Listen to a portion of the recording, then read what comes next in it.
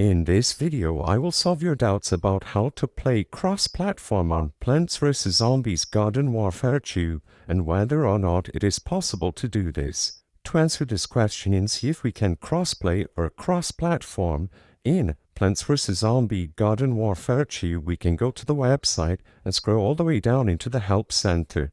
In the Help Center, we can select Plants vs. Zombies from the list of games and search for crossplay.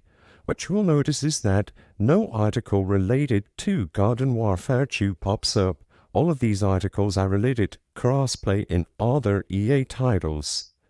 So, as you can see, someone asked this question on 2016 on the official EA Answers forums, and an EA community manager answered that the game has separate servers for each system, Xbox, PS4 and PC. Which means that sadly, as of today, cross-platform or cross-play in Garden Warfare 2 still doesn't exist.